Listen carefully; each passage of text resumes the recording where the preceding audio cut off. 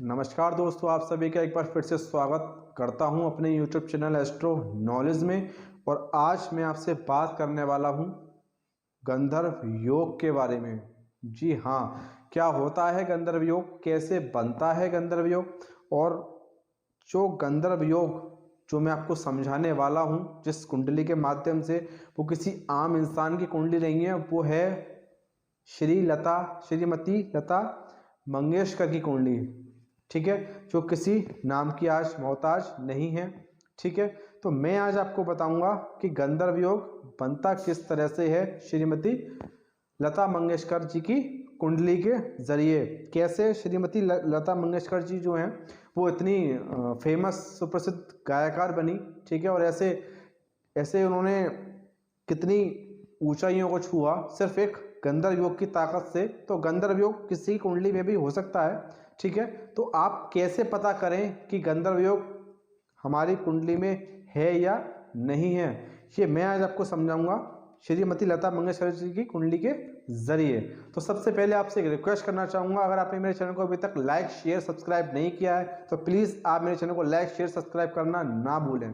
तो चलिए मैं बताता हूँ आपको कि गंधर्व योग बनता कैसे है।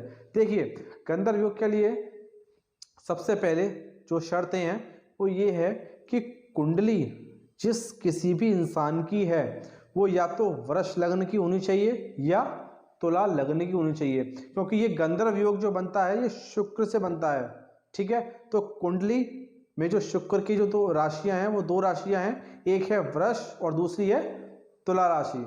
तो गंधर्व योग के लिए सबसे पहली शर्त ये है कि कुंडली जो होनी चाहिए वो तुला राशि या वृष राशि की होनी चाहिए।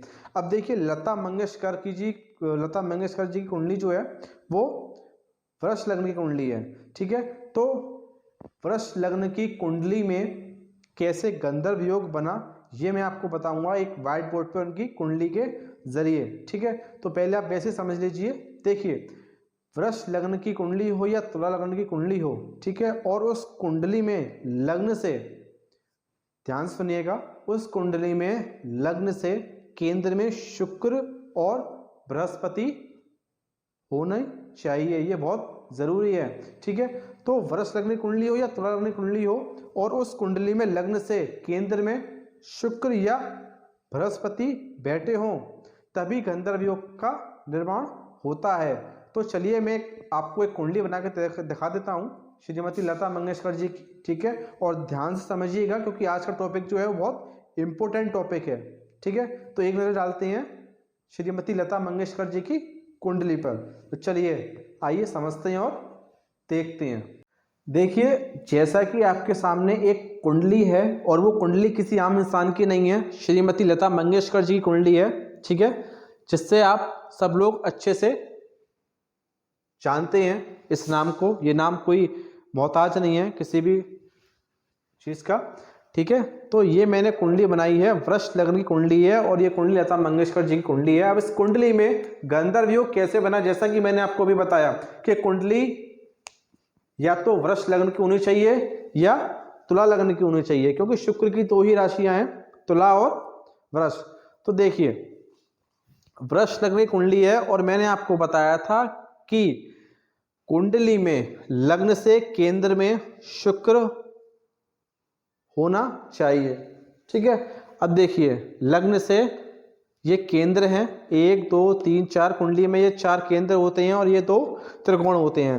तो लग्न से केंद्र में शुक्र एक तो स्थित है, ये बैठा हुआ है।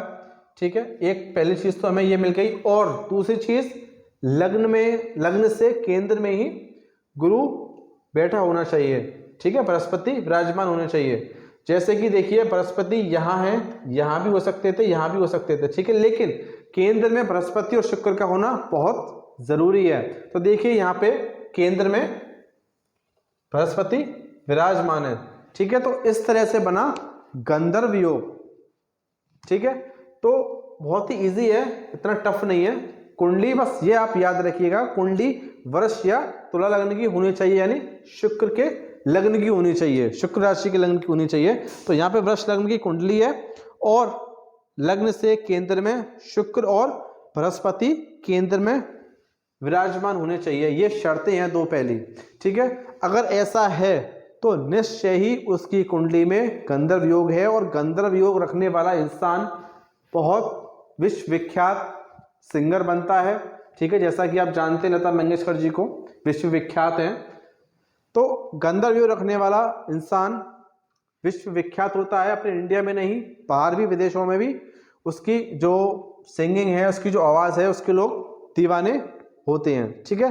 तो आप चाहें तो इसका स्क्रीनशॉट ले सकते हैं, बहुत छोटा सा कैलकुलेशन है, इतना बड़ा कैलकुलेशन नहीं है, आप इजीली समझ सकते हैं, ठीक है। तो मैंने आपको बताया आज गंधर्व योग के बारे में, गंधर्व योग बनता कैसे है और इसका क्या बेनिफिट है।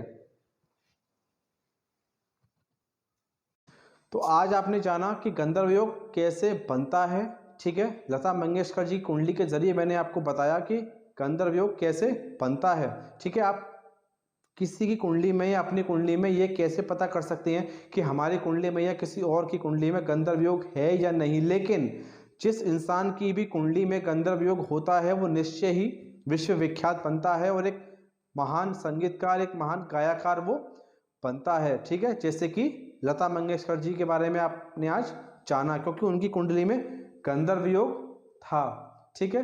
तो आप खुद ही स्वयं अपनी कुंडली में यह पता कर सकते हैं कि गंधर्व योग कैसे बनता है और गंधर्व योग है या नहीं है, ठीक है। तो ऐसे ही इंटरेस्टिंग वीडियो मैं आपके लिए लाता रहूँगा, हर रोज़ आपको एक नए टॉपिक के बारे में बताता रहूँगा और आपको अवेयर करता रहूँगा, ठीक है। तो जब तक के लिए मुझे दीजिए इजाज़त, और अभी तक आपने मेरे चैनल को लाइक शेयर सब्सक्राइब नहीं किया है तो प्लीज़ आप मेरे चैनल को लाइक शेयर सब्सक्राइब करना ना भूलें।